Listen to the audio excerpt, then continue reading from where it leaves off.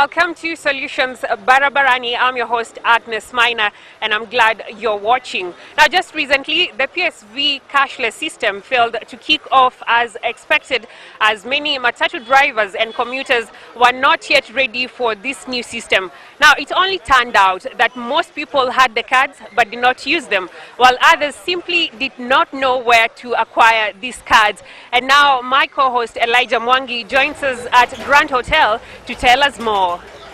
Thank you very much, Agnes Maina. Now at Grand Hotel here in Nairobi is where the rubber met the road, literally, as the Matatu Drivers and Conductors Association aired their views on the cashless system that is about to be implemented here in Nairobi. Let's listen in to what they had to say.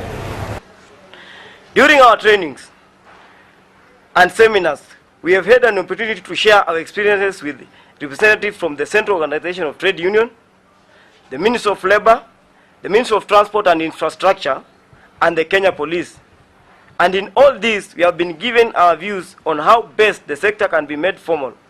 We have even made simplified versions of the labor laws with a focus on the public transport sector and other small and medium enterprises, MSMEs, to create a decent working environment for the majority of Kenyan youths, a large percentage found in the public transport sector. It is sad that all the views that we have given in these forums across the country have not been critically looked into and considered. We therefore call upon the government through the relevant ministries to critically assess the following issues before finally fully implementing the use of cashless system of paying fares. Chief among them are: 1.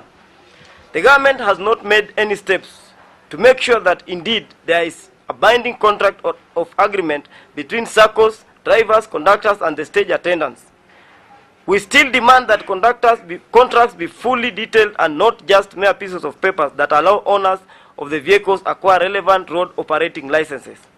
There is no way, and I insist, there is no way cash will be wired to the owner's account, then a worker expects to be paid at the end of a certain period without the valid or recognized binding agreement.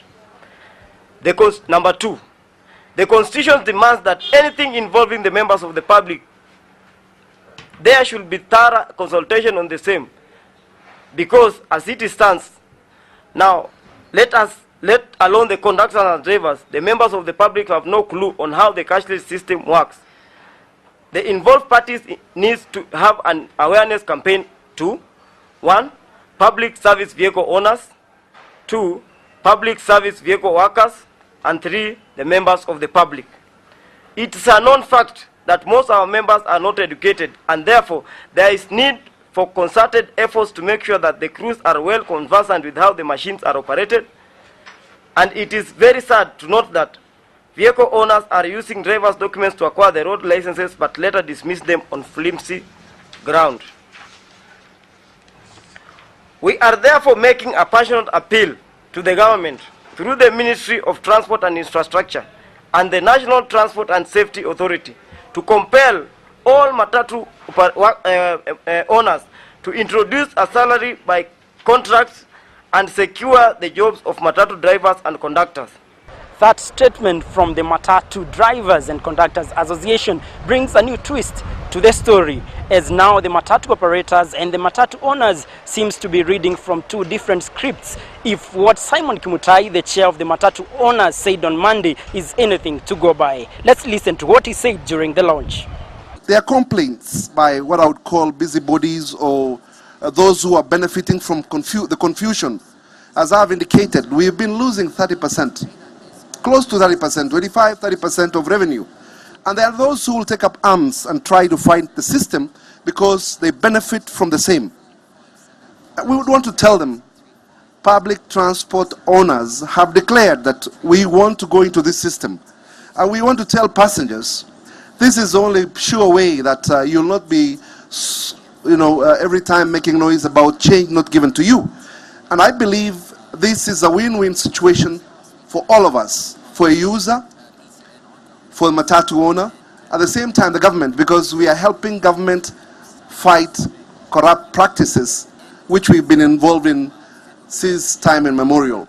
When things unfold like the way they did, the passenger is the one who is caught in the crossfire that is between the matatu owners and the matatu operators. Now, what's the way forward to end this crisis? We get solutions from the officials of Matatu Drivers and Conductors Association. Sisi wote conductors na operators wa PSV wenye tumeajiriwa hatujui kabisa kuoperate hii mashini ambayo imetokea, na tumeipokea kwa shukrani sana. Kwa hivyo tunaomba serikali kupitia Ministry of Transport and Roads and Ministry of Roads and Safety, tafadhali mtufundishe ili tujue kutumia hii mashini. Ndio we are going to avoid, in learning how to use the cashless machine, we are going to avoid overcharging you, short changes and shortcomings that may be in the event of using the machine. We appeal to the government to compel the owners to employ the workers on a permanent basis. Kwa sababu it is the NTSA imefanya hii kitu ifail, kwa sababu inaendelea kuissue TROBs kwa watu ambao hawajaandikana permanent. Every matatu owner and operator to have mercy and logically think that the conductors and matatus are citizens of Kenya with families just like any other person. Unakuta ya kwamba sisi tunanunua matatu for 5 million shillings. Alafu tunampatia mtu hata bila kumuitisha ID. Tunampatia matatu ya 5 million. At the end of the year, huyo jamaa amekurudishia 5 million shillings, matatu imejilipa. Lakini maisha yake haibadiliki. Hata ukimuomba 10,000 haezi kuwa nayo kwa mfuko. You find that teachers are paid 17,000 shillings. And our conductors and matatu drivers, most of them are paid 1,000 per day. Kwa hivyo, they have a salary of 30,000 shillings. But when they go to the bank, only a teacher can secure a loan. We want our brothers and sisters in the matatu industry to be given a chance also to acquire loans in the banks to benefit and facilitate their lives and their families. Kwanza warasimise wenye magari haswa kupitia SACCOS, waadikiane mikataba ya kufanya kazi na wafanyikazi wao. We all know in this nation that statistics say we have 80,000 matatus and buses in Kenya. And if every matatu employs a driver, a conductor, and somebody mwenye kazi yake inakuwaga kwa stage, we know that over 240,000 employees in this nation are in the matatu sector. And these are the big matatus. Considering also our small matatus, we know that the matatu industry employs more than 500,000 citizens of this nation. All of us cannot be white-collar jobs. All of us cannot work in offices. Kwa hivyo tunaomba ofisi ya conductor na dereva tafadhali ipatiwe the care and the attention that it deserves. One person cannot be neglected in this kind of a transition, and this is the passenger. And so, what is the take of the passengers when it comes to embracing cashless system? Now, my co-host Agnes Maina will be bringing you the voice of Kenyans after this short break. Stay tuned to WTV.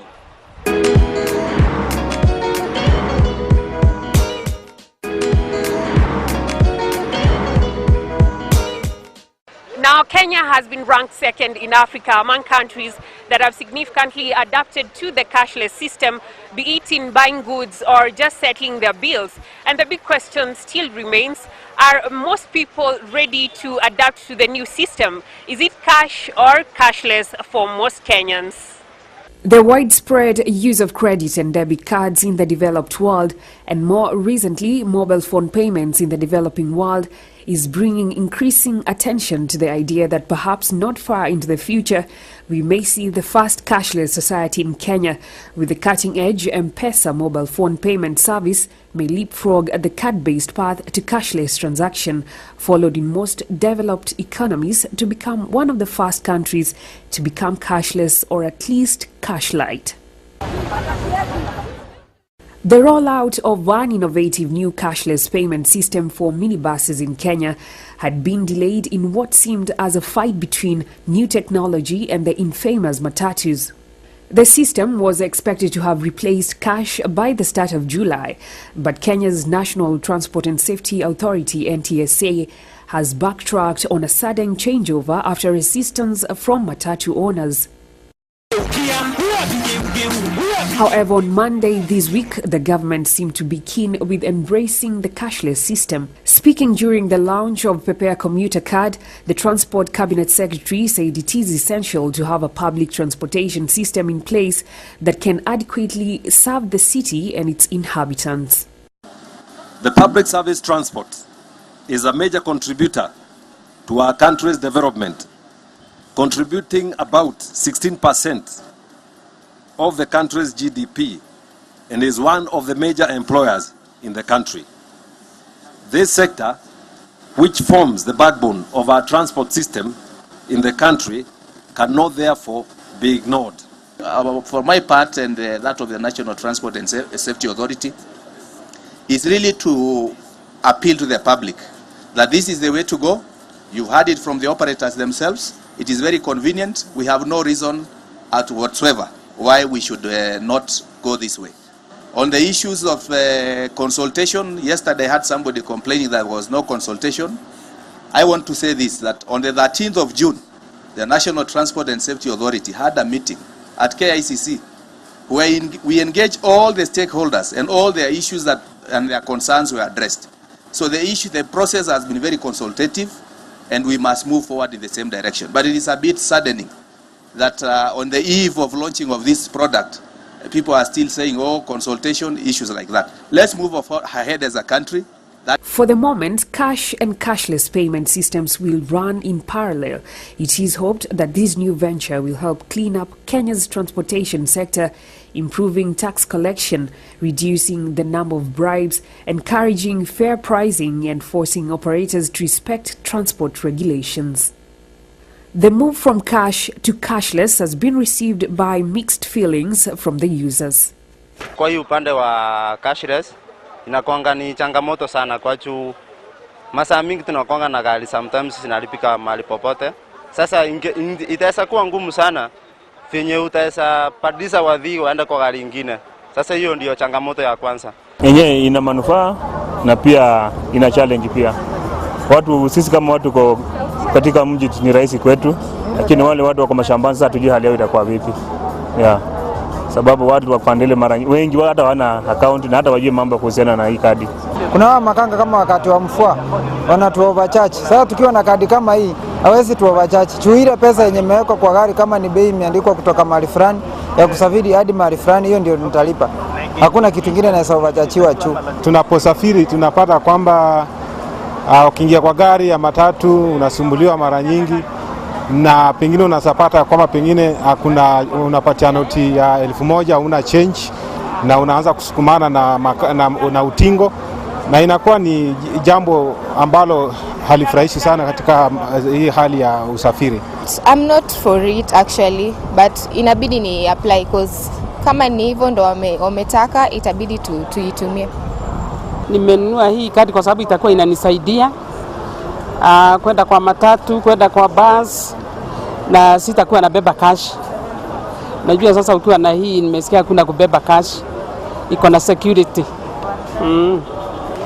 You know, we Kenyans, we normally like to bargain or to measure or to weigh which way to go, because we understand KCB are providing this service.